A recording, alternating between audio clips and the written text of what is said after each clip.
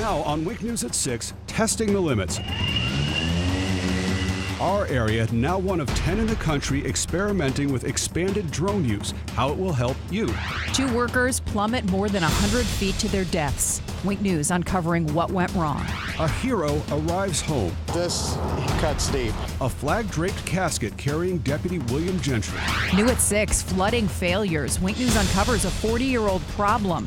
How is it fair to today's taxpayers that now we're on the hook for something the county was told to do 40 years ago? We investigate. Will the problem be fixed in time for hurricane season? Now, from Southwest Florida's news leader, this is Wink News at 6. First at 6, take a look. Rain is moving into Southwest Florida this weekend. Wink News is the Weather Authority. Chief Meteorologist Jim Farrell is here. And Jim, does one day look better than the other? Saturday looks drier than Sunday. Here's Saturday, and Future Track is showing a lot of clouds. We've got cloudy weather now, and it's going to be a very cloudy 9 or 10 days in Southwest Florida. But with the clouds, looks like the best chance of rain on Saturday will be from near Clewiston, Lake Okeechobee, southward through the Everglades, which means most of us stay cloudy but dry on Saturday. Sunday, different story. Cloudy but wetter. More rain expected over more of the region on Sunday. How much rain could we get? Well, we could see a 1/4 inch to a 1/2 inch or more on Sunday, and even on Monday there's a chance for some rain. Talk about that when I come back in just a few minutes. All right, Jim, thank you. They're on the way. The SWAT and SLAP just weeks away now. Mosquitoes invade Southwest Florida as rainy season arrives, and now we'll be on the forefront of fighting the pests. And this is how.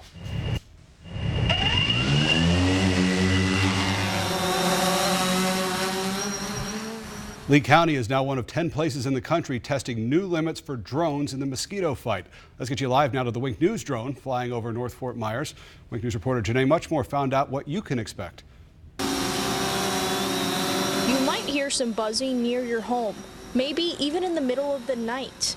Drones are Lee County Mosquito Control's newest weapon in the battle against mosquitoes. Anything to get rid of the mosquitoes, I'm for it. Dave Gruser has lived on Pine Island for more than 20 years and says the mosquitoes are about to come out in full force. When we get the rain, there'll be a deluge of mosquitoes on the island. He says mosquito control already plays an active role in spraying his neighborhood. They're very good to get out and spray the ditches and take care of the area here on the island. And while flying drones comes with rules, there are some regulation exemptions for the testing program. When operating these drones, the Lee County Mosquito Control will be able to fly over people at night, and they won't have to see the drone to fly it. Gruser says the exemptions don't concern him, especially if it means crews use drones and fewer planes and helicopters. And they wait to bring that plane in to drop low over your house. You thought you were being invaded or bombed. In Lee County, Janae Muchmore, Wink News Now. The program will also help the FAA determine future drone regulations. Breaking news at 6, we now know the names of the 2 men who fell more than 100 feet and died. It happened when a temporary elevator failed at the Brittany condos. Wink News reporter Hannah Vogel is live in Naples with an update.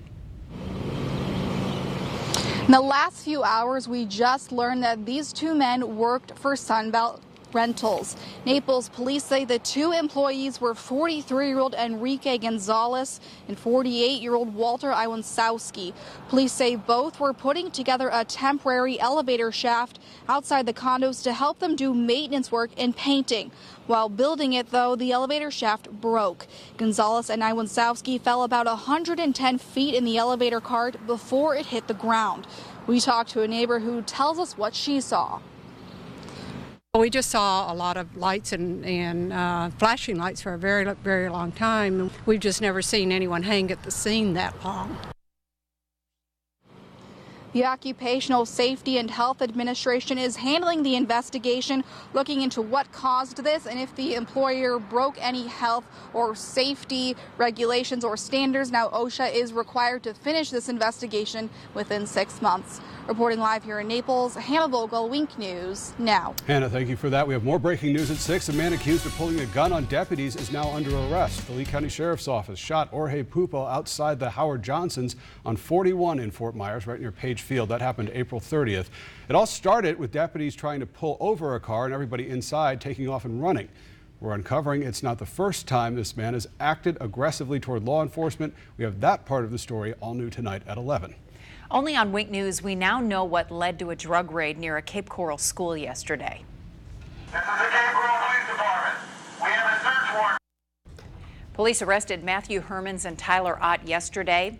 Officers say they had more than 9 pounds of pot, marijuana wax, and THC oil. This all went down 2 blocks from Mariner High School. Police also found items to make and package the drugs. New right now, a former deputy who served alongside Deputy William Gentry stood watch as he arrived home in a flag-draped casket. You never know when you leave if you're coming home. Wink News reporter Nicole Valdez live in Sebring tonight with the emotional moments. Well, Chris, we spoke to a number of people among the crowd today, a few who shared memories with the now fallen hero, but to them, he was just William. You never know when you leave if you're coming home. Jamie Casey wore this badge for 28 years and calls himself one of the lucky ones for knowing Deputy William Gentry. William was an exemplary officer and a fine example to his trainees. A man of professionalism, but Casey says he still had the greatest sense of humor. When you got to know him, you knew he was just a big teddy bear. He had a heart of gold. It will be very hard to, it'll be impossible to replace. Today, Casey, his wife, and others who worked alongside Gentry weren't far as his body returned home. As Gentry's brothers and sisters bowed their heads, stood in salute, and held their hearts, Casey remembers Gentry's death was not in vain. We always go through times when we think this is a thankless profession. But all these people, it reminds me of a Luke Bryan song that I believe all people are good. I really do. And today they showed it. And Gentry was just cremated this afternoon. His funeral is set for May 15th at the Highlands News Sun Center. You can count on Wink News to be there. Live in Highlands County tonight, I'm Nicole Valdez, Wink News Now. All right, Nicole, thank you. Just in at 6, somebody stole $24,000 in boat engines. A Lee Sheriff's report says it happened between Tuesday and Wednesday at Walker's Yacht Sales on San Carlos Boulevard. A thief cut through a security fence and stole Mercury Bravo twin engines. Developing now, the landscape of downtown Fort Myers will change forever once this hotel, the Luminary, gets built. And newly filed paperwork makes it seem like construction is imminent. But there's one big hurdle that the city of Fort Myers must still overcome, or taxpayers could be on the hook for nearly $3 million. Wink News reporter Brooke Schaefer joins us live from downtown Fort Myers. And Brooke, there's still a deed issue. Lois, that's right, but the city of Fort Myers feels confident, basically guaranteeing the company that owns this hotel won't lose money, even if this blue fence never comes down.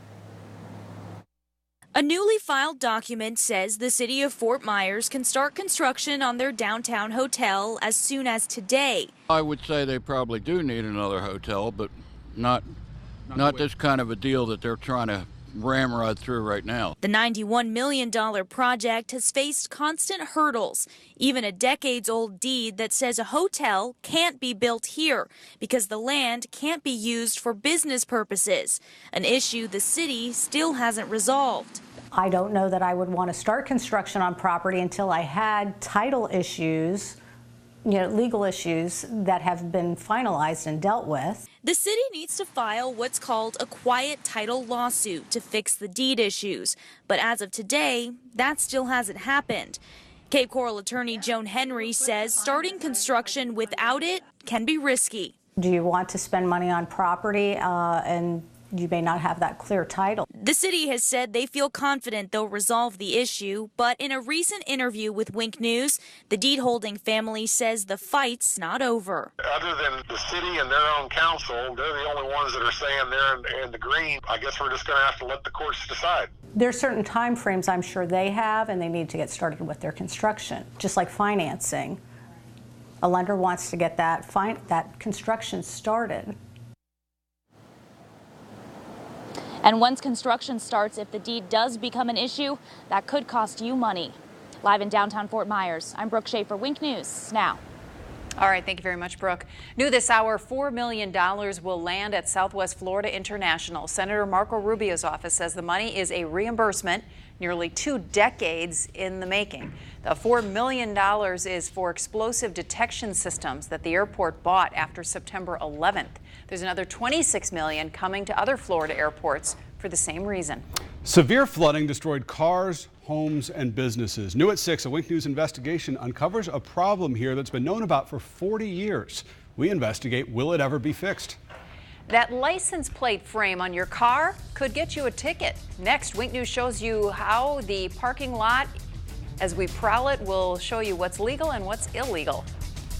Despite some clouds today, record heat for the second day in a row in Naples, 92 degrees. Going forward, a lot of cloud cover and some rain starting this weekend. And with the rain coming, check your phone. Do you have the Wink Weather app? Now's a good time to download it so you can get alerts and use the interactive radar when it rains. Right now, rooting for your favorite team or maybe supporting your favorite cause might just earn you a ticket. And here's the reason why. Those license plate frames, the ones you see around the license plate, they could be a problem. Wink News reporter Taylor Bisacki is live now in Fort Myers. And Taylor, are all of those frames illegal?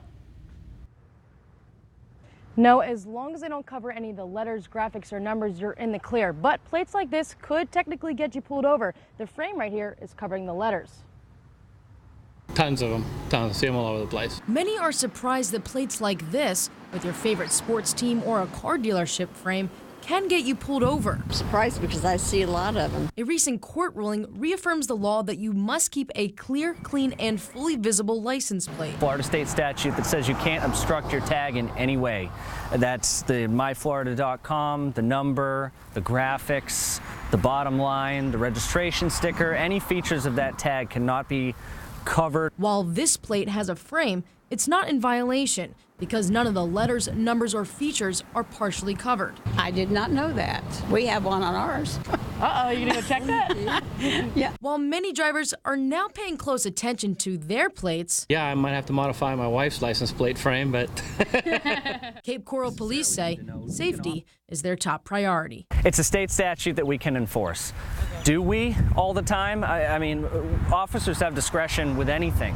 That's why, you know, if somebody's 2 miles over the speed limit, the officers are going to look for the one that's 15 or 20 over the speed limit because that's a safety concern. Now, we asked Cape Police about these dealership frames. Even though they put them there, it's still up to you, the driver, the operator, to make sure that your car isn't in violation. Live in Fort Myers, Taylor Bisacki, Wink News Now. Good to know. Thank you, Taylor. You know, there's another part of the car that might get some use this. Yes. Yeah. Right?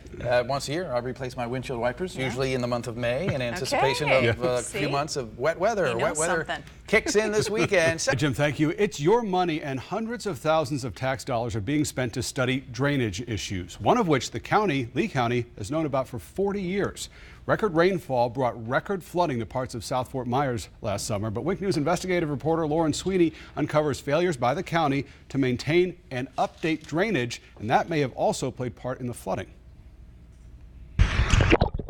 They waded through knee-high water, hitched rides in big trucks, and even kayaked down Island Park Road. I don't think anybody ever expected anything like this to happen back here. But flooding in that area of South Fort Myers has been a concern for at least 40 years.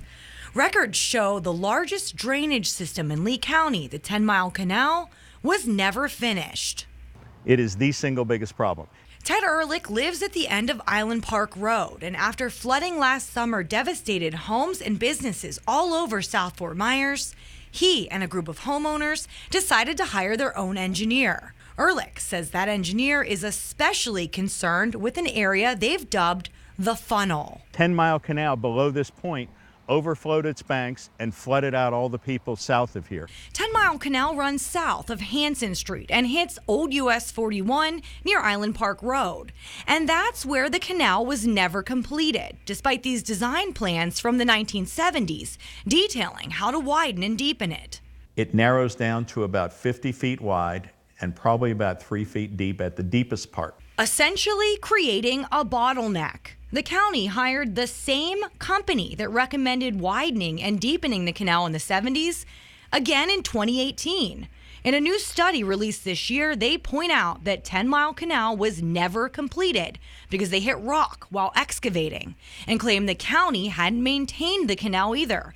Historical aerial photographs show sediment buildup as far back as 2010. Have we learned, or are we going to learn from what happened? I think the answer is obvious, yes. Commissioner Larry Kiker's district encompasses the South Fort Myers area that flooded. Did you read the Johnson Engineering study specific to 10 Mile Canal? No. There's a portion of it that says it looks like some of these systems hadn't been maintained as far back as 2010. Okay. The folks that we have on staff that is their job to do that, they would probably be the best ones to ask. I tried asking, but my interview request with the county's natural resources director was declined. The county spent more than $300,000 on countywide engineering studies after Hurricane Irma. But when they presented the findings of those studies to commissioners, county staff spent most of the time talking about record rainfall. It is unlikely any engineered solution could prevent flooding under these same circumstances if they were repeated. The commissioners never even heard about those 40-year-old plans to expand 10 Mile Canal. How is it fair to today's taxpayers that now we're on the hook for something the county was told to do 40 years ago? Well, I'm not sure where that report was coming from the 1970s, but I'm aware that's the first I've ever heard of that. But I know overall the county is doing whatever they can to enhance those areas for flooding. But Ehrlich's group is concerned there's not enough being done now with hurricane season around the corner. It's not nearly enough to solve the problem that you've created over 40 years. And Wink News investigative reporter Lauren Sweeney's live in South Fort Myers now. So Lauren, what is the county doing? Well, I want to show you behind me, this is a bunch of sediment built up in part of 10 Mile Canal. The county has applied for a grant. They hope to use it to clear some of this sediment. But as far as reconstructing anything or building it to those old designs, now they have to pay another engineering company more money to study it again. So that's a long-term project that we'll see if that's going to happen or not. I want to point out I did try to reach out to Johnson Engineering. They did not want to be interviewed either. If you want to read more about this or read all of these reports, you can head to the Wink News app. I've linked everything there. All right, Lauren Sweeney live for us. Thank you. Let's look live over downtown Fort Myers now. Cloudy night, beautiful. You're watching Southwest Florida's news leader. This is Wink News at 6. Now on Wink News, making one of Naples' largest events safe and family friendly. The Great Dock Canoe Race started 42 years ago. The Naples Jaycees took over the event 2 years ago. Well, this year, they say that they have more events on the dock itself for spectators, including kids' activities and a DJ. Many of you have answered the call tonight. 85 people have donated to help erase medical debt here in Southwest Florida. We've been telling you, Wink News has partnered with the charity RIP Medical to address the need in our community. We wiped out $1 million in debt already. We need your help to tackle another $1 million. We need about 6,000 more to reach our $10,000 goal. Here's a look at the different ways that you can donate and help to erase medical debt. You can go to the Wink News homepage. You can text HOPE to 800-903-WINK or go to the Wink News app. And let's get a final look at weather. A lot of clouds. Okay. We've got a huge inventory of clouds that we're going to be moving for the next 7 to 10 days. Cloudy this evening, but dry. All right, thank you, Jim. Give you a special on clouds later, I have a hunch. CBS News is next.